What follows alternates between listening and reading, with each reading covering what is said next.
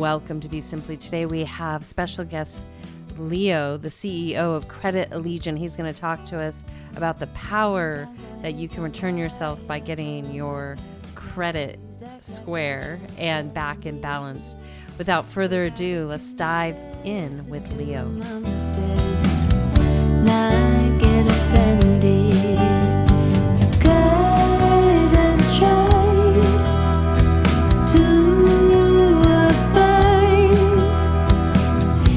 Try not to fight it, you may feel quite light and maybe even guided. So I want to thank you for being here, Leo. I'm super excited for you to share your wisdom. To give the listeners a little teaser, you're the master or the guru of debt. And something that I love your sense of humor. I spotted you on TikTok and then check you out on Instagram. And the reason I invited you to talk to us today, one of the reasons is that if we don't have our finances in order, we are in fight or flight. So this is a necessary thing that we must manage to stay in well-being. So that's kind of the lead in. And I'd love for you to share a little bit how you got inspired with, deconstructing debt in the way that you present it. Yeah, so how I got inspired. I mean, basically, where I am now is just from personal experience. So it's something that I've actually gone through myself. And I think that's how I can relate with a lot of people. So, I mean, just, my worst point as far as my credit or my financial situation was basically I had a 530 credit score and $80,000 in collections. So, I mean, that definitely takes a toll on many aspects. Mental crutch when you have all that, baggage, behind your back. So that's where I was. And then I was trying to basically, there's a few things, but yeah, I started a business, a simple one on Amazon. I was reselling books on Amazon. It was doing really great and realized that I was kind of capped out because I don't have any capital. And then I realized how important credit was to get you to the next step. And so it was really frustrating for me. I couldn't get to the next step. I wanted to be able to get out of my 9 to 5 and provide for my family because I had a baby on the way as well. So that was a challenging time, but that's when I just saw the importance of credits and how far it could take you, how you can, how it can be a help. So as I started learning about credit repair, and I did a lot of trial and error, fixed my credit, and I was able to remove $80,000 in collections, and that was literally a big lift, a big lift off my shoulders, big weight off my shoulders. And then from there, it's just things started to line up. The more I understood about credit, the easier things got for me. In a lot of areas. Yeah. Beautiful. And so we'll share a couple things. What did you notice once you got the elephant off your back as far as your overall state of being? How did that shift? It's weird. Like in the beginning, I felt like everything was against me. I felt like I was fighting against the grain. And as I started removing, basically like the negative stuff off my credit, it's also like removing the negative, limiting myself and my capabilities. And as I was able to remove all those things, I was actually removing, the cloud in my mind to clear up. And it enabled me to think better, to have more hope, to have more courage, to keep moving forward and go after what I wanted to go after. Yeah. Beautiful. And what's one of the pearls that you discovered in this process about how debt can be your friend versus your adversary? How debt can be your friend was just I think because I was in so much debt, it made me look at debt in a different way. So before being educated, my mindset was oh yeah, you have this credit card, just put a few bucks here, a few bucks there. And then before you even know it, I mean, you're like 30, 40, $50,000, under the water. And you're like, how did that happen? Right. So because that happened to me, now I'm just like, significantly more conscious about what I'm spending my money on, and if it's taking me down that path again. So because I have that experience, every time that I start using my card, it kind of reminds me of where I was, and I don't want to go back to that state. And so that's what really helps me to stay on track and stay positive, because that was just, like the lowest point of my time. And it's a good reminder that yeah, I don't want to be there again. So that's why I take credit very seriously Yeah. And I now, see that. and I make sure now. Oh, go ahead. Sorry. No, go ahead. Go ahead. Keep going. Oh yeah. So now, so I wanted to learn how to basically leverage credit in a positive way, right? So there's like good debt and there's bad credit, and if it's not bringing money into your pocket, it's bad debt. It's just taking money away from your pocket. So I wanted to learn how to basically use credit where it can bring more money into my pocket or bring more basically positivity. So that's where I focused myself first, and wanted to make sure that I had, 90% of the strategy before I try and implement something, just to reduce my risk and reduce the chance of me going back to where I was. Right. Beautiful. And I see your deck of cards there. So Yeah. I would imagine you kind of alluded to it, that it can be easy for it to like go. So what are some of the ways that you keep yourself within your methodology of utilizing credit for the benefit, to keep yourself in check, if you will? Yeah. So for me, I like to try to keep things as simple as possible, because many times I would fall into analysis paralysis where I would just overthink. And by overthinking, it just kind of clouds your mind, and it builds fear. So keeping things simple frees your mind and makes things easier. So that's always, the philosophy that I try to keep. And so, yeah, if you have, 54 credit cards, it's going to be very, a lot of people are like, wow, how do you manage so many cards? And so my simple method, okay, because when it comes to the nuts and bolts of credit, all it is just making payments on time and keeping a low balance. Like that's all credit really is. But then, the human element comes in as far as self-control, self-discipline, and it makes it complicated. So to keep it simple, all I do is every time I use one of my cards, or either one of my cards, I'll pay it off within 3 to 5 days. Mm. That's it.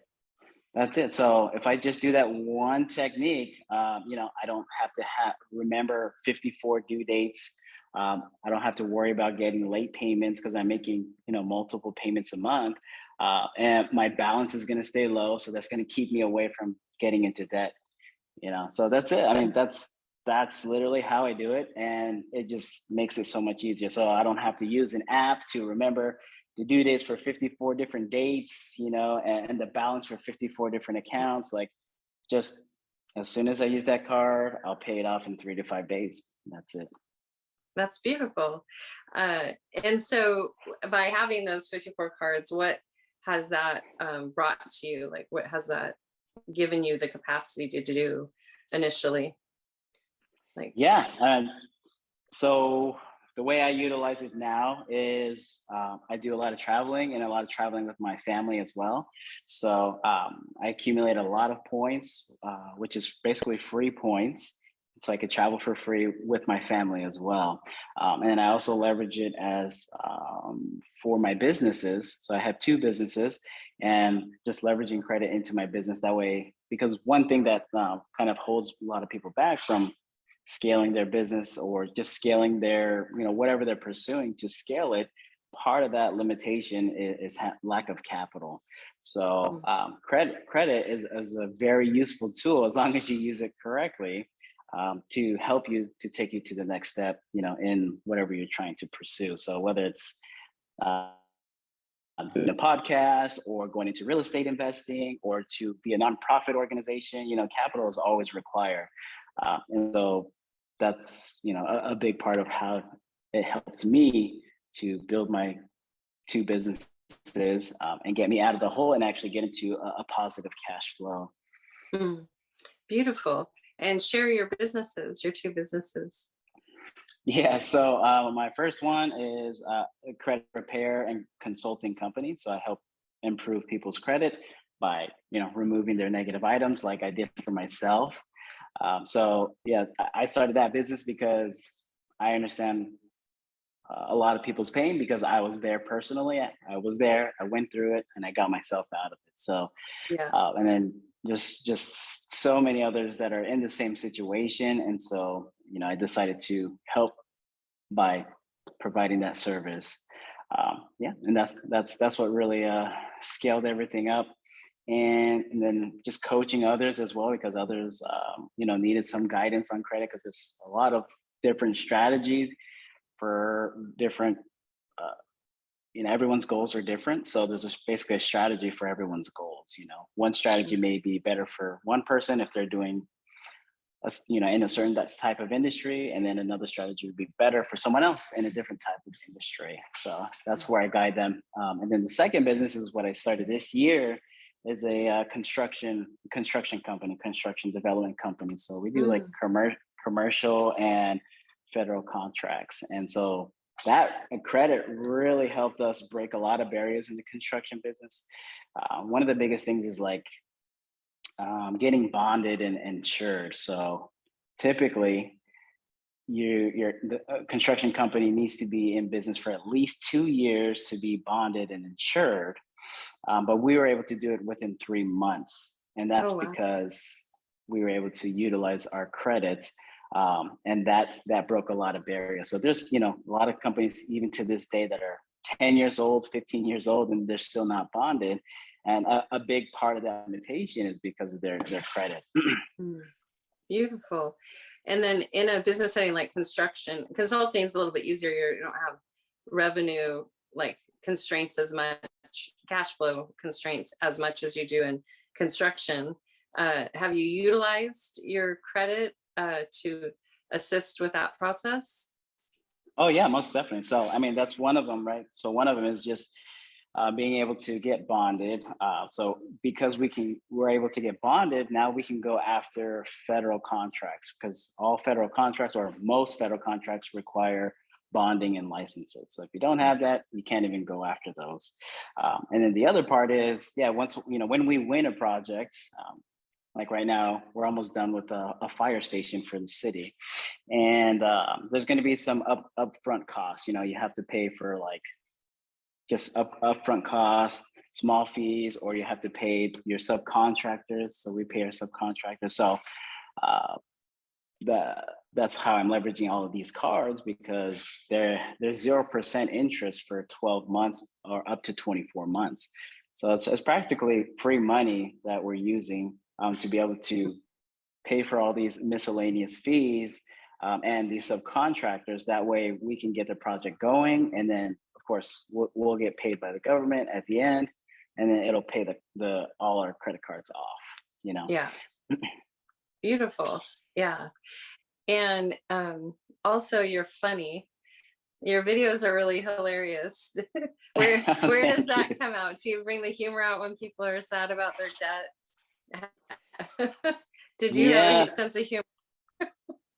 So I do. I mean, I do have a sense of humor. It's interesting because, like, if you meet me in person, I'm an introvert and I'm a very, very quiet person. But when I do my videos, that's how I feel on the inside, honestly. So, people have different ways of expressing themselves, maybe through art or writing. But doing these videos, I guess that's a way that I can express the way I feel on the inside, on the outside. Yeah. So I mean, yeah, that's how I am on the inside, even though I don't show it like. Yeah. Yeah, even though I don't show it like for like networking or something. Yeah. So it's a satire in your mind. Yeah, exactly. And then credit is pretty like a dry subject or a pretty boring subject. So, I try to find a creative way to captivate the audience and educate them at the same time. Yeah, beautiful. And I noticed on one of your videos you made a funny about your wife, like wanting to know you're like applying for more credit cards or something.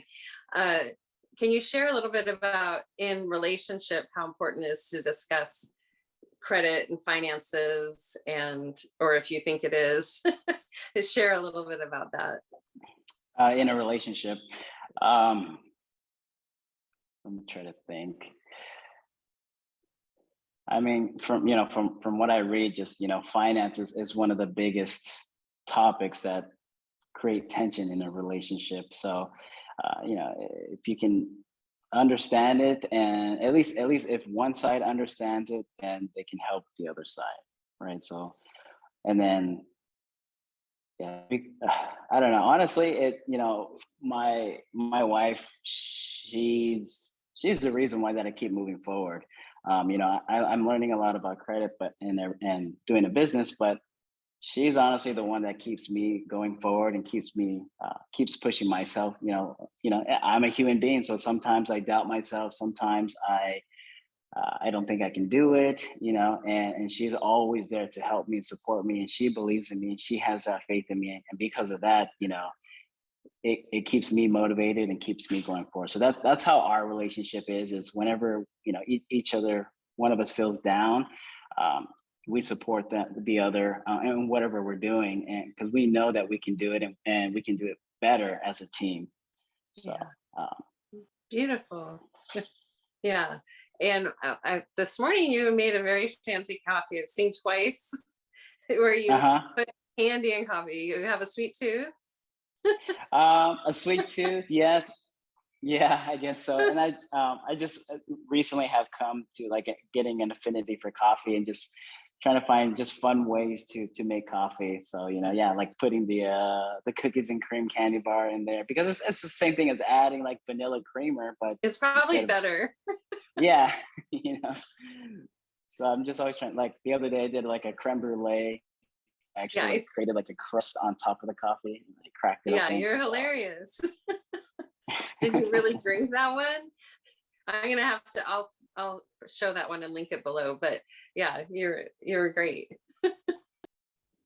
yeah, so for me, it's like I try to break that barrier because like as human beings, we're a primitive in nature. So like we have like you said, a fight or flight, right? So we have that barrier to protect us, and so humor is one of the great ways to break that barrier. So because it's hard to communicate with someone is if they have a shield over them, they're not going to listen to what you say. But once you break it open, then they're going to be more open minded. Try Yeah, and use humor, positivity. yeah, absolutely. And if you can share a little bit when you're working with people one on one, Mhm. what's the biggest hurdle that you usually walk them over or help them get over, just to change their mindset or have the courage to move forward and take action? Yeah, I would say, yeah, the biggest thing is just one is, credit is just a completely different language. Like when you're trying to learn a new subject, it's just a completely different language. So that's, one thing they have to learn is language. And then two is helping them out when they run into obstacles. So that's why I prefer doing like one-on-one mentorships, interactive mentorships, because I've taken a lot of mentorships myself and courses. And when it comes to like courses, it's something that's pre-recorded, so it could be outdated. And then two is Mm, when you try to take action, learn, there's no one there to help you out when you come into yeah, obstacles, and it's inevitable that you're going to run into obstacles. And so that's where I come into play, and I help them for all the obstacles that they'll encounter. Especially right mm, now, I have a student, and he's having a lot of trouble opening up maybe federal business accounts, and so like we're just going step by step and just figuring out where the problems is, and I'm just navigating him through so we can get everything completed, and then move Mm. forward to the next step. Yeah, and I think you bring up a good point about one-on-one versus because that is a trend. People do like pre-recorded stuff to make it easier, but so Hmm. that's worked well for you to do one-on-one. And do you ever do group class, Yeah. like group live? So I haven't done, yeah, I haven't done group classes. I mean, I do like my lives on TikTok, but as far as group classes, I haven't done that yet. For me, maybe because I'm an introvert, but the one-on-one, I feel like I can give just a 100% of my time to that person, because if they're investing into themselves or investing into me, I want to give 100% of my effort to that person. So Yeah. that's one. And then two, it's yeah, there's just so much that you have to learn, and so it's hard if my mind is, if I have 50 people, doing a group class, like I can't answer all these people because everyone's going to have a different situation, everyone's going to have different goals, and so like for me, each individual, I tailor, the mentorship to their goals, and every step that we take is going towards their goals. So Mm. I can't coordinate that with 20 different people at the same time. Yeah, I think that's well stated. How much math are you teaching people in the process? Math, there's very little math, to be honest. There's very little math. Yeah. Yeah. Okay. Nowadays it's all automated. So, right. So it's Mm-hmm. easier for them to understand certain things. Yeah. And so for people, if they do want to work with you one-on-one, I know you have a link tree. Is that the best way? We'll put the links below, but is that the best way to reach out to you? And is it more you take on so many students at a time? Mm-hmm. Yeah. So yeah, the link tree or Instagram. If you want to do one-on-ones, you can message me through Instagram.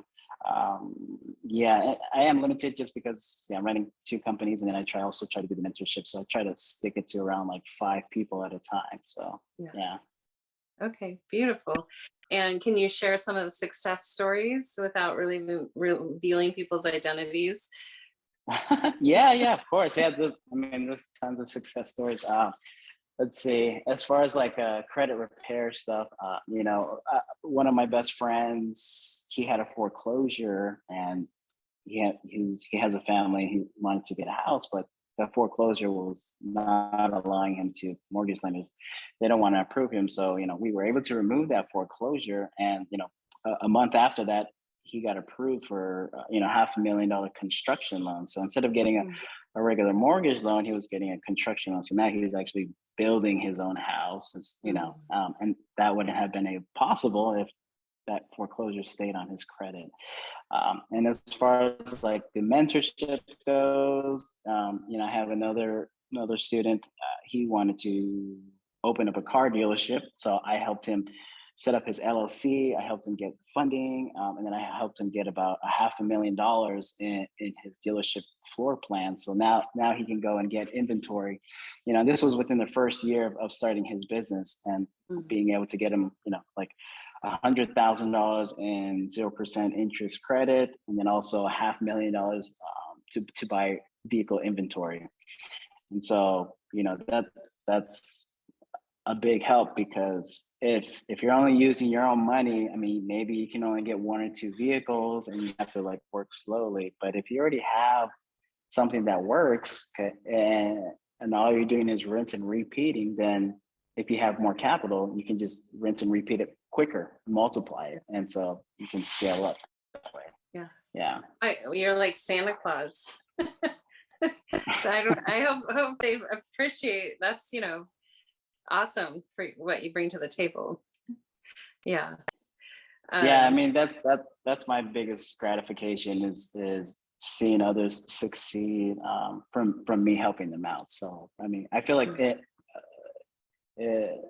as far as my personality goes, that teaching people is what I love, because I love seeing great results from what I'm sharing.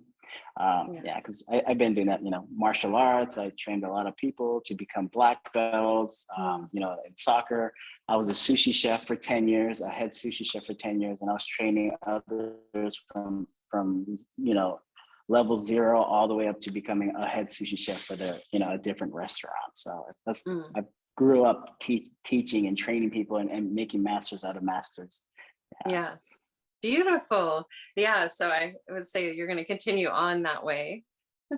So you were the funny, happy chef when you made sushi. That's good. Wait, was it a happy? Yeah, exactly. What was that? Was that a happy time? Most chefs that I've observed or, have pleasure of having their food are happy, but. No, the honest truth was, my dad, he was a sushi chef, and it was actually the last thing I ever wanted to do, but I ended up doing it for 10 years.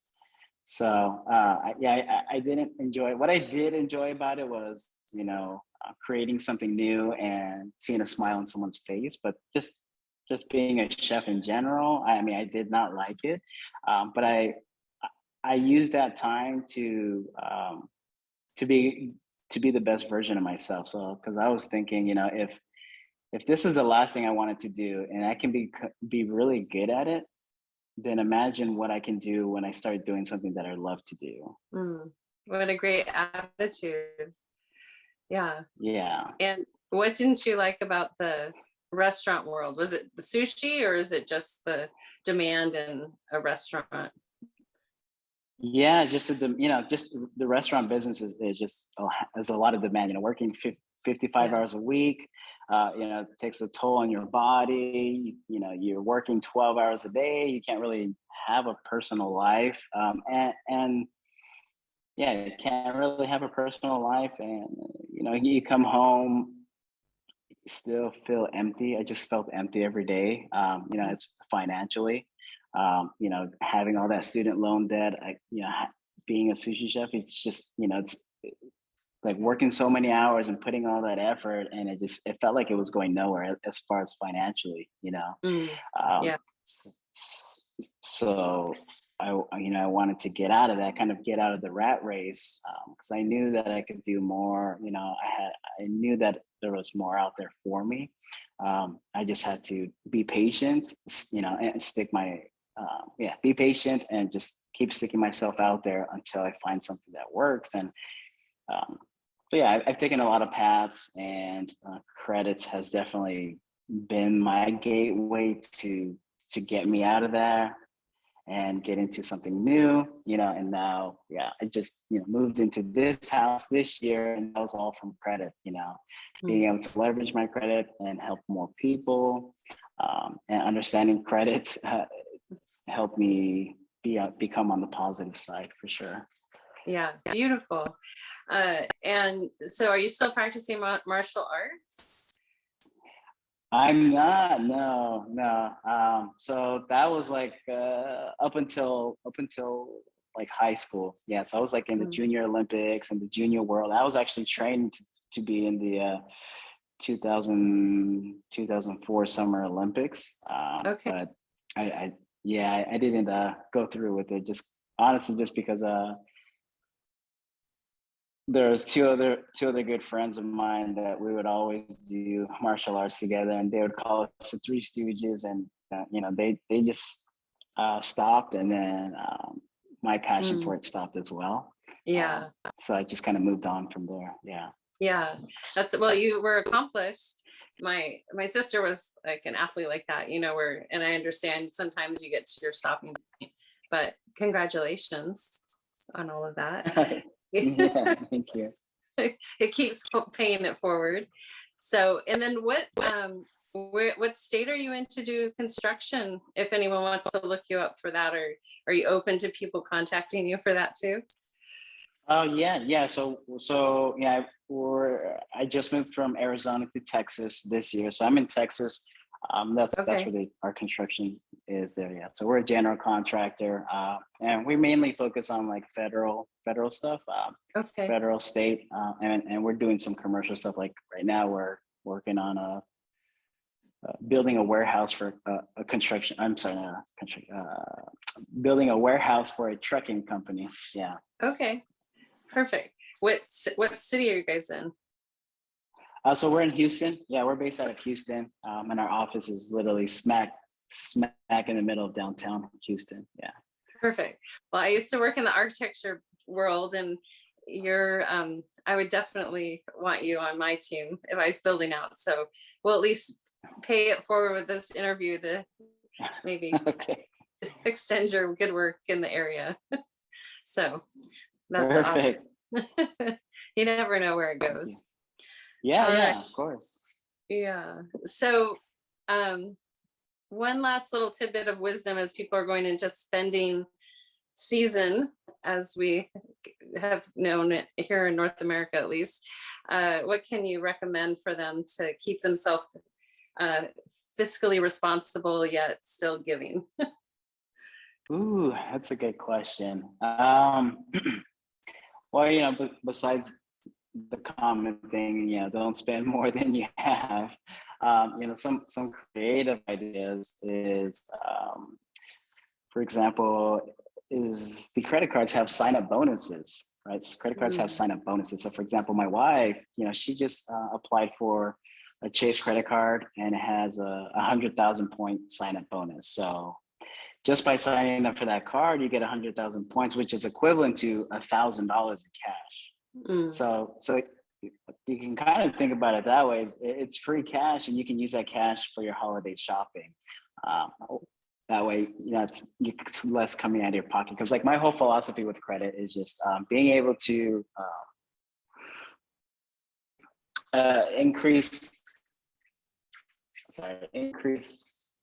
increasing your disparity between your expenses and your income by leveraging credit. So, lowering your expenses and increasing your income by leveraging credit without losing the luxury. So that's one way is signing up for new cards. That gives you, $500 signups, $1,000 signups.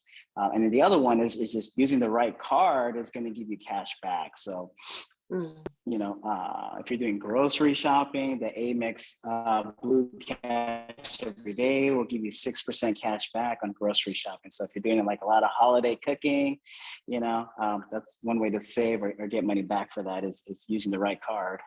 Or if you're doing just shopping on Amazon, if you get the Amazon credit card, you get 5% cash back when you spend money on Amazon.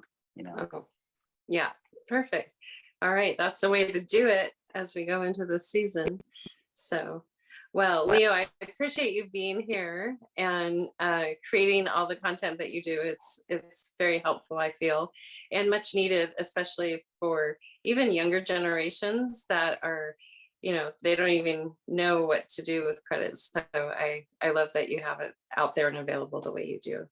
So thank you for being here today. Perfect. Yeah, thank you for inviting me. I was excited for this one just because we're in two different areas, two different industries, and kind of colliding together, which is great. Yeah, it's so important. So I'm excited to promote you and see who we can hook you up with under commercial construction. Yeah. Yeah. Thank you. Once again, I want to thank Leo for being here today and all of you for tuning in. As inspired, connect to his great work. The links are below, social media and websites. And we're going to exit out with a little Kadri Scott, Keep It Local. Until next time, this is Suzanne Toro with a full heart, a soft gaze, a deep bow, and a namaste. Be simply.